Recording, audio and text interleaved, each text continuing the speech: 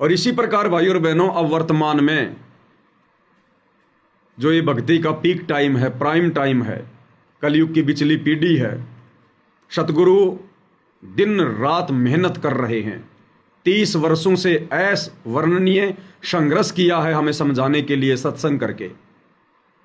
तो ये भक्ति का प्राइम टाइम है, कलयुग की बिचली पीढ़ी।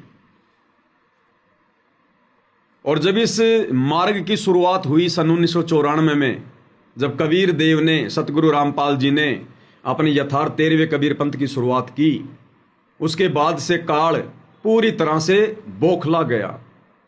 इसको चिंता होने लगी कि अब मेरा भोजन मेरे मुख से निकलेगा। तो भाई यहाँ तो आसानी से एक बिल्ली भी अपने भोजन को नहीं छोड़ती है, एक कुत्ता भी अपने भोजन को नहीं छोड़ता है जब उसके दांत तले हो। तो काल इतनी आसानी से कैसे छोड़ेगा आप और हमें? वो तो हर संभव अपने भोजन को बचाएगा, प्रयास करेगा। तो काल सन 1994 से ही एक्टिव है।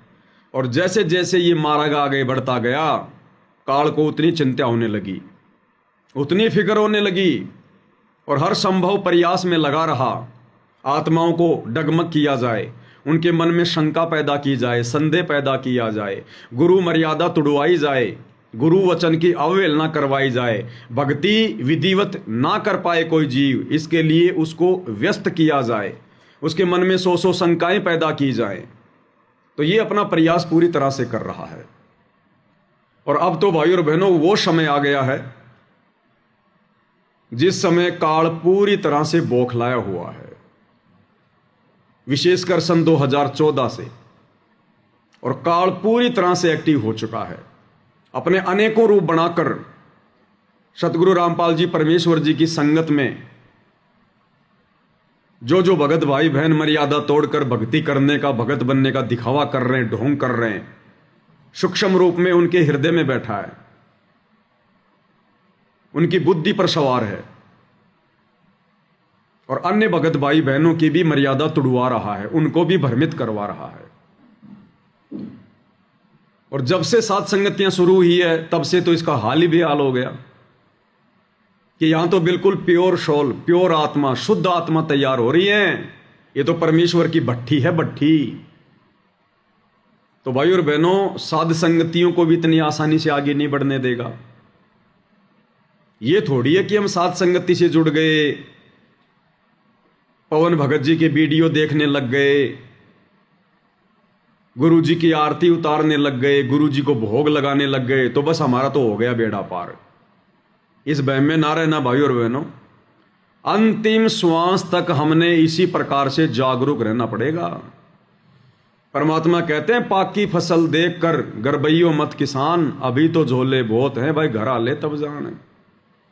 किसान यदि अपने खेत में पकी हुई फसल को देखकर अभिमान करता है, घमंड करता है कि अब की बार तो मेरे जैसी फसल किसी की भी नहीं है, और अब की बार तो बढ़िया मकान बनाऊंगा, बच्चों की शादी करूंगा, फ्रिज लेके आऊंगा, मकान में एसी लगाऊंगा, मोटरसाइकिल लेके आऊंगा, अब की बार तो मेरे खेतों में जबरदस्त फसल लहरा रही है। तो परमेश्वर उस किसान का उदाहरण देकर आप और हमें भक्ति मार्ग पर समझा रहे हैं कि उस किसान को अभिमान नहीं करना चाहिए खेत में खड़ी हुई फसल को देखकर। अभी तो झोले बहुत हैं भाई, घर आले तब जान। अभी तो ना जाने कब आंधी चल जाए, कब भयंकर बारिश हो जाए, कब ओले गिर जाएं, कब क्या भूकंप आ जाए। जब तक वो फसल कट पिट के निकल कर और उनको बोरियों में और उनको उन कट्टों में बांध कर जब तक तू अपने घर पर ना रख ले, तब तक भाई तेरे को सचेत रहने की आवश्यकता है। तो भाइयों और बहनों, इसी प्रकार इस सतभक्ति मार्ग पर ठीक है, परमेश्वर ने हमें सत्य मिशन से जोड़ दिया, सत्य मार्ग से जोड़ दिया, साध संगति से जोड़ दिया। क्योंकि परमात्मा कहते हैं, साध की संगत सतगुरु की सेवा, अजर अमर घर पावे, और कहे कबीर सुनो रे गोरख, हम सबको तत्व भेद लखावें। लेकिन यहां पर तो पहले से भी ज्यादा सावधानियां बरतनी पड़ेंगी इस भक्ति को सफल करने के लिए। तो वर्तमान में भाइयों और बहनों, कुछ एक घटनाएं जो दास के सामने आई है, परमात्मा की प्रेरणा से, मेरी सेवा है, मेरी ड्यूटी है हल्का फुल्का मैं आपको जानकारी दे दूं, आपको मैं परिचित करवा दूं ताकि आप धोखा खाने से बचें। तो दास के पास में फेसबुक पर कुछ पोस्ट आ रही हैं इस प्रकार की जो आप ये स्क्रीन पर देख रहे हैं। अब देखो, आजकल मानव धर्मी भी बहुत हो गए, हजारों की संख्या में हो गए। दास तो हम सब थे ही पहले, और अब मानव धर्मी भी बहुत हो गए, और ये लोगो लगाने वालों की भी संख्या बहुत ज्यादा बढ़ गई है। अब पता ही नहीं चल पा रहा कौन मर्यादा में है और कौन मर्यादा में नहीं है, क्योंकि ये काल का लोग है, यहां पर नकलची लोग ज्यादा होते हैं, देखा देखी करने वाले ज्यादा होते हैं। तो दास के पास में इस प्रकार की पोस्ट एक दो भक्तों ने व्हाट्सएप पर भेजी है, और वो कह रहे हैं कि भगत जी, कुछ एक भगत हैं कर्नाटक साइड से, कर्नाटक के बीजापुर बताया कि वहां से कुछ एक भगत हैं जो अपना मनमाना आचरण संगत में फैला रहे हैं, और वो लोग ये कुप्रचार कर रहे हैं कि 8 सितंबर को सतगुरु रामपाल जी हमारे घर पर आएंगे, विमान लेकर आएंगे और हमें सशरीर सतलोक लेकर जाएंगे। और जिन जिन भगत भाई बहनों को सतलोक जाना है, सतलोक नहीं, गलती हो गई मुझ पवनदास की, कान पकड़ के माफी मांगता हूं भाई, अनामी लोक लेकर जाएंगे, डायरेक्ट अनामी लोक, सर्वश्रेष्ठ जगह पर, कि हमें अनामी लोक लेकर जाएंगे सतगुरु रामपाल जी। और जो जो भगत नहीं आएंगे बाद में बहुत पछताएंगे, बहुत रोएंगे, ये मौका फिर बार बार नहीं मिलेगा। तो ये पोस्ट आई मेरे पास में, ये मानव धर्मी राजकुमार दास कौन है, क्योंकि राजकुमार नाम के तो बहुत सारे सत्सेवक भाई बहन होंगे, तो मैं तो किसी को जानता नहीं कि ये कौन से राजकुमार जी हैं। तो इन्होंने ये पोस्ट की है, माया के पुजारी सतलोक जाएगा, यानी जो माया के पुजारी है ना वो तो सतलोक जाएंगे, और रामपाल जी के पुजारी अनामी लोक जाएंगे। और सतगुरु रामपाल जी के भगत कहाँ जाएंगे? अनामी लोक, जहां पर पूर्ण मोक्ष और पूर्ण आनंद है, जहां पर पूर्ण मोक्ष और पूर्ण आनंद है, अनामी लोक में। टट्टू है वहां पर, टट्टू। जैसे गुरुजी यहां कहते हैं ना कि जब संत आता है जब तो कोई पूजता को न्या, और मेरे मरे बाद में यहां पर मेरी मंडी बनाएंगे, यहां पर मेले भरा करेंगे, फेर के मिलेगा, यहां पर टट्टू मिलेगा। तो अनामी लोक में टट्टू है, टट्टू। अकल के अंधो, क्या खाक सत्संग सुने तुम लोगों ने गुरुदेव भगवान के? क्यों अपने नाम के आगे भगत लगा रहे हो, मानव धर्मी लगा रहे हो, सत्सेवक लगा रहे हो? जिन जिन लोगों के इस प्रकार के विचार हैं वो दुनिया के सबसे बड़े गधे हैं, सबसे बड़े गधे। वो तो सतलोक आश्रम वालों से भी गिरे हुए हैं, गिरे हुए, मंदबुद्धि। अनामी लोक जाओगे, क्या है अनामी लोक में? क्या सत्संग सुने तुमने? अनामी लोक में सृष्टि है क्या? अरे परमात्मा क्या कहते हैं, लोक अनामी जावेगी वहां कोन्या मिले चौबारे। चौबारे यानी मकान, महल। अनामी लोक में सृष्टि नहीं है। लोक अनामी जावेगी वहां कोन्या मिले चौबारे, आत्मा और परमात्मा वहां कोन्या रहते न्यारे। यानी उस अनामी लोक में जाने के बाद में परमात्मा आत्मा का अस्तित्व सदा सदा के लिए समाप्त कर देता है। फिर आनंद क्या खाक भोगोगे तुम? जिस शब्द से परमेश्वर ने हमें प्रथम बार सतलोक में उत्पन्न किया था, उसी शब्द में परमात्मा अनामी लोक में ले जाकर आत्मा को वापस अपने शरीर में समा लेता है। फिर क्या खाक आनंद मनाओगे तुम वहां पर? टट्टू आनंद लोगे तुम वहां पर? अनामी लोक में केवल परमेश्वर अकेले रहते हैं, केवल परमेश्वर अकेले। और उनका जो रूप है वो निराकार और साकार से भी भिन्न है। ना उनको आकार में कह सकते, ना उनको साकार में कह सकते। निराकार और साकार से भिन्न जो अवस्था है उसमें रहते हैं परमात्मा, कबीर देव, सतगुरु रामपाल जी। सिर्फ अकेले, वहां सृष्टि नहीं है। सुना तुमने कभी किसी सत्संग में सृष्टि रचना में कि अनामी लोक में सृष्टि है? अरे वाणी क्या कह रही है, लोक अनामी जावे गावा कोन्या मिले चौबारे। चौबारे यानी महल, वहां सृष्टि नहीं है। सृष्टि केवल नीचे के 3 लोकों में है। और साथ संगति के माध्यम से जब वीडियो बन रहे थे पुस्तकों के ऊपर, तो भक्ति और भगवान पुस्तक में परमात्मा ने हमें क्या बताया कि जिस आत्मा को परमात्मा ने एक बार उत्पन्न कर दिया और जिन लोगों को परमात्मा ने एक बार उत्पन्न कर दिया, अनामी लोक से नीचे के 3 लोक जिनको परमेश्वर ने उत्पन्न किया है, उनको परमात्मा कभी भी नष्ट नहीं करेगा। यानी आत्मा को परमात्मा कभी अनामी लोक लेकर ही नहीं जाएगा। ये परमेश्वर का वचन है। आत्मा को परमात्मा ने अजरो अमर कहा है, अविनाशी कहा है। तो एक तरफ तो परमात्मा ने आत्मा को अविनाशी कह दिया, फिर अविनाशी आत्मा को परमात्मा नष्ट कैसे करेगा भाई? फिर तो भगवान का वचन ही झूठा हो गया। इसलिए गुरुदेव ने उस पुस्तक में बताया कि परमेश्वर ने नीचे के 4 लोकों को, यानी जो अनामी लोक है वो तो है ही है अविनाशी, और जो नीचे के 3 लोक परमात्मा ने जो और रचे, अगम लोक, अलख लोक और शतलोक, इनको भी परमात्मा ने अजरो अमर बनाया है, अविनाशी की संज्ञा दी है, और आत्मा भी अविनाशी। तो ये नीचे के 3 लोक यानी टोटल 4 लोक मान लो, और ये जितनी भी आत्माएं परमात्मा ने उत्पन्न की हैं, इनको परमात्मा कभी भी नष्ट नहीं करेगा, कभी भी। ये अखंड हैं। अब यहां से जाने के बाद फिर हम कभी भी, और परमेश्वर की सृष्टि तो कभी नष्ट होती नहीं, अविनाशी उसी को कहते हैं।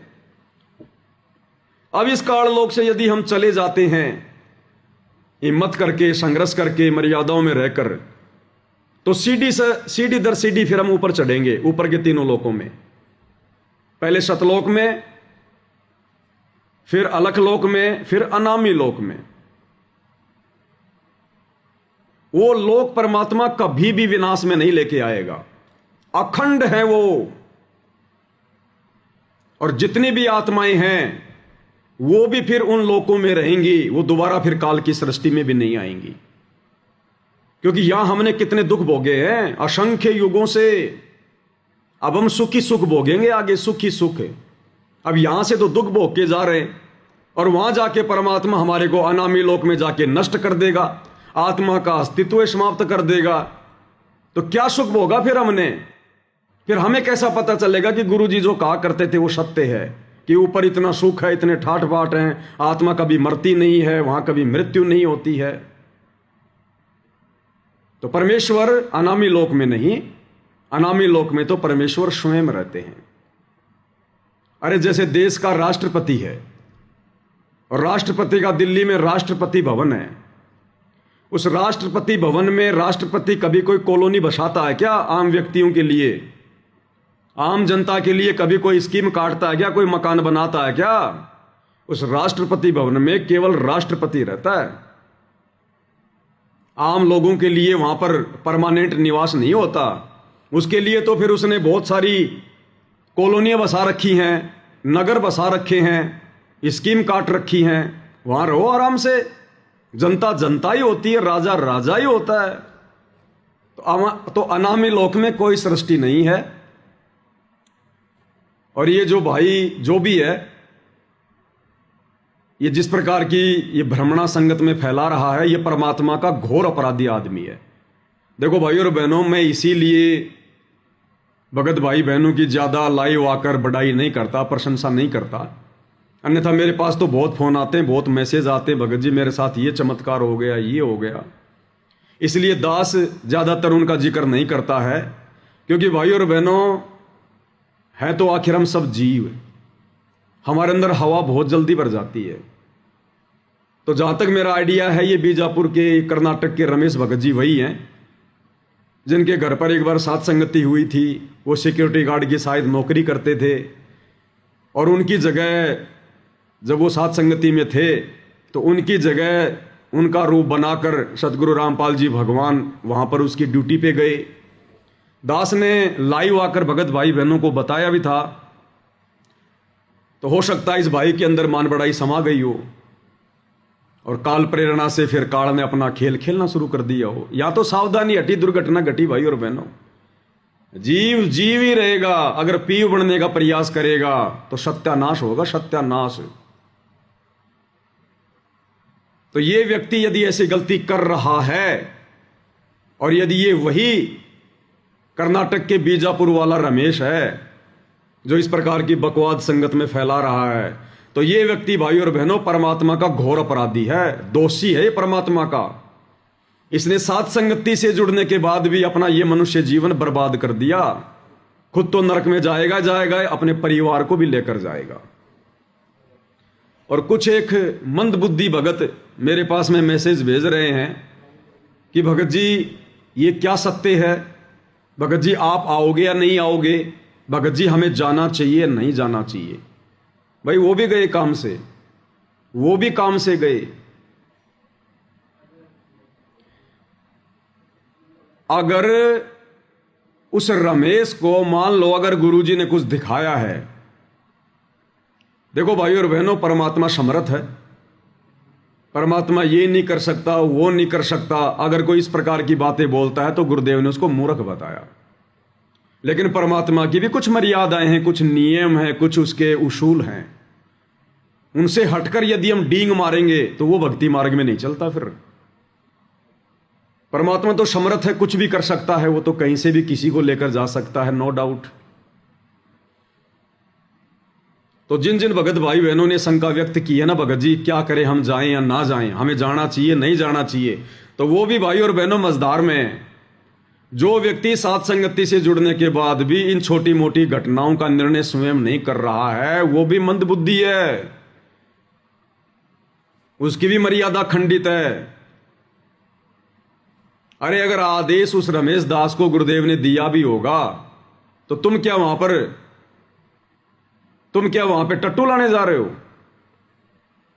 जब तुम्हें ले जाना होगा तो परमात्मा तुम्हें भी सूचना भेज देगा। अगर उस रमेश दास को उसके अनुसार गुरुजी ने आकर कहा है कि बेटा 8 सितंबर को तैयार रहना, मैं विमान लेके आऊंगा और तेरे को डायरेक्ट अनामी लोक में लेकर जाऊंगा, तो बाकी क्यों अपने ऐसे तैसी करवा रहे हो? वहां जाकर तुम्हें क्या मिलेगा? तुम्हारे लिए हुआ क्या आदेश है? तुम्हें आदेश दिया गया है क्या? तुम क्यों भेड़ चाल में भग रहे हो? तुम क्यों देखा देखी में भग रहे हो?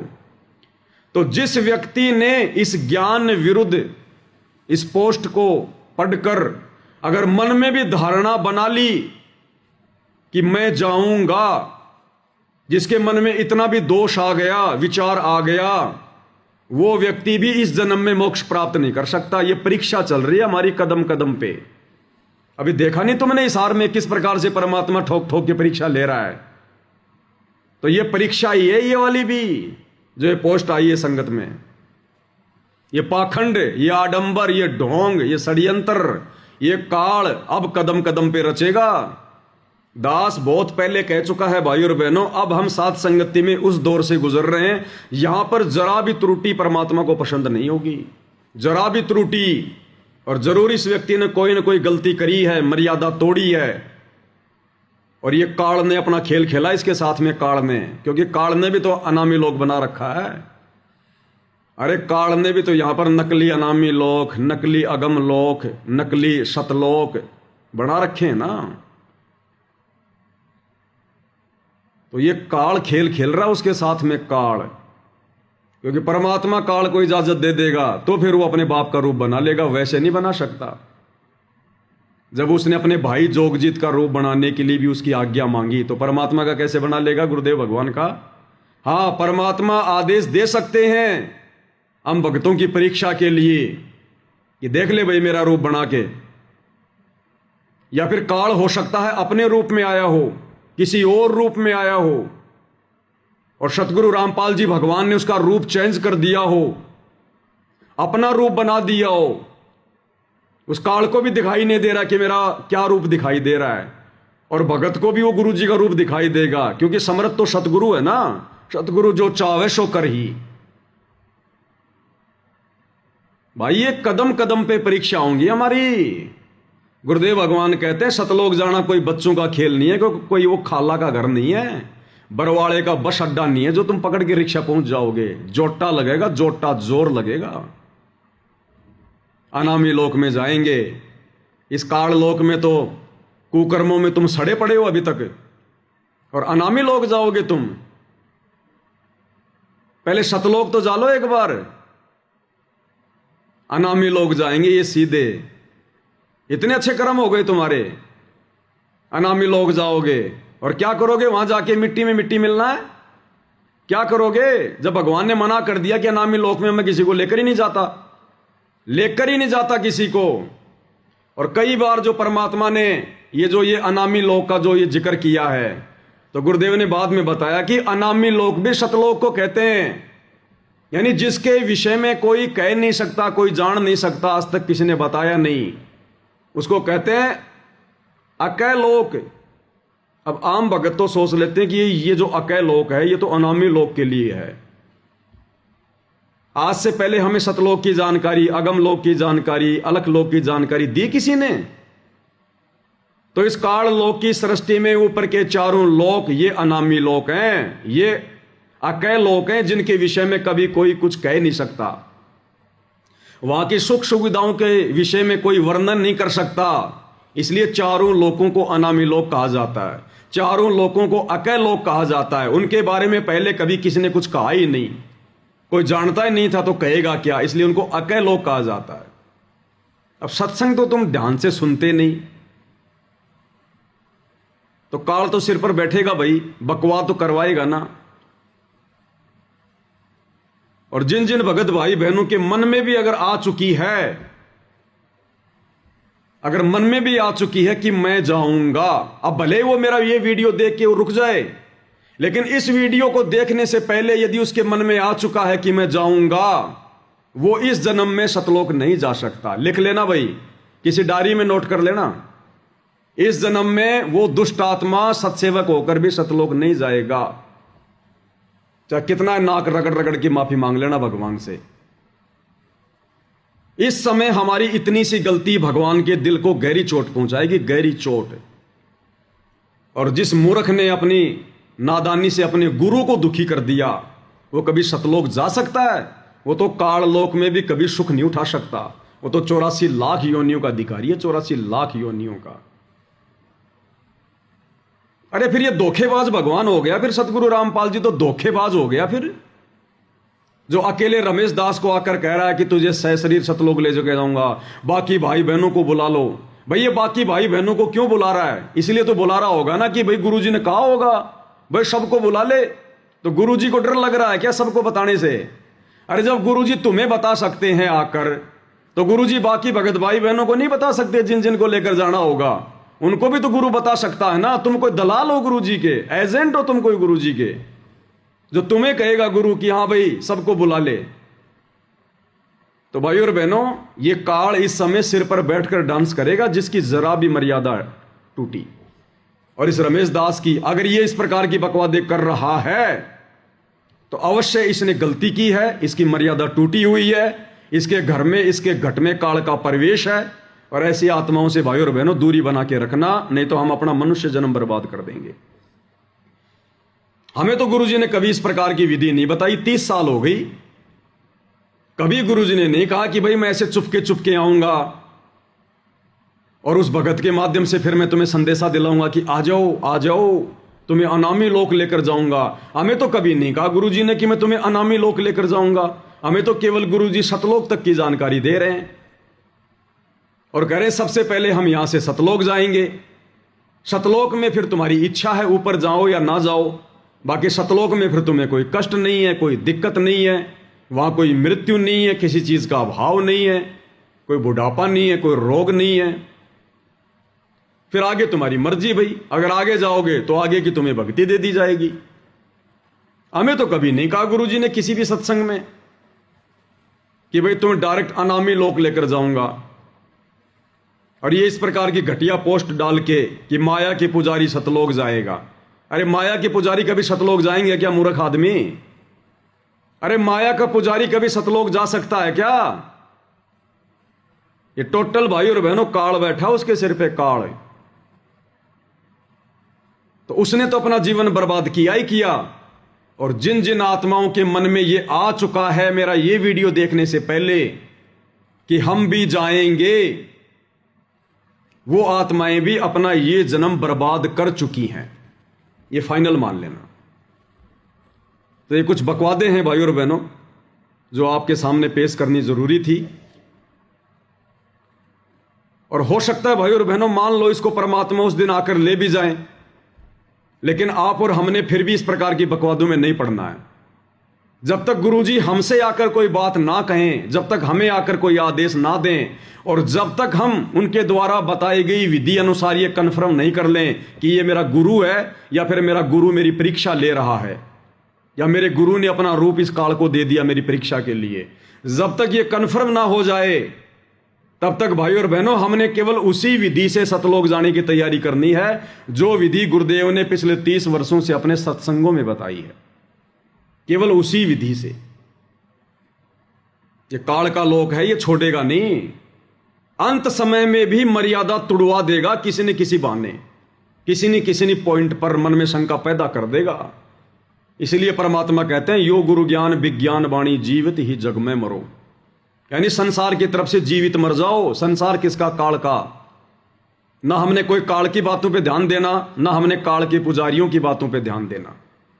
अपने सतगुरु के प्रत्येक वचन को सत्य मानकर आगे बढ़ना है भक्ति मार्ग पर।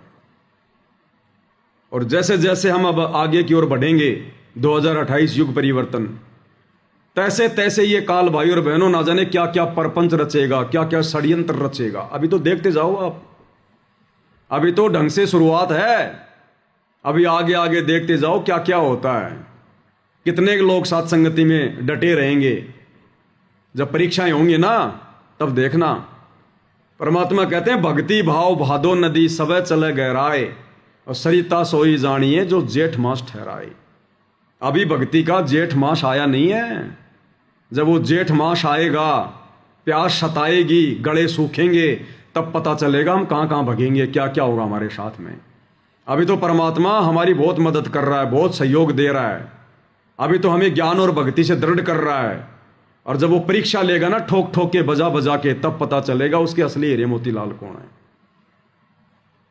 तो ये ज्ञान आधार बिल्कुल भी नहीं है। जो ये घटिया पोस्ट सोशल मीडिया पर कुछ एक नादान भगत वायरल कर रहे हैं, वो अपना जीवन बर्बाद कर चुके हैं। और भाई आगे किसने क्या करना है ये अपना डिसीजन खुद ले लेना। हमेशा तुम्हें भगत भाई बहन नहीं समझाएंगे। अगर तुम यहां पर भी डगमग हो रहे हो और जब ये स्थूल शरीर छोड़कर त्रिकुटी की यात्रा करोगे, तुम क्या खाक जाओगे तुम त्रिकुटी पर। 14 करोड़ तो छोड़ो, तुम्हें एक भी यम का दूध दिखाई दे गया तुम्हारी टट्टी पेशाब निकल जाएगी। अगर तुम्हारी यही अगर तुम्हारी अज्ञानता रही तो।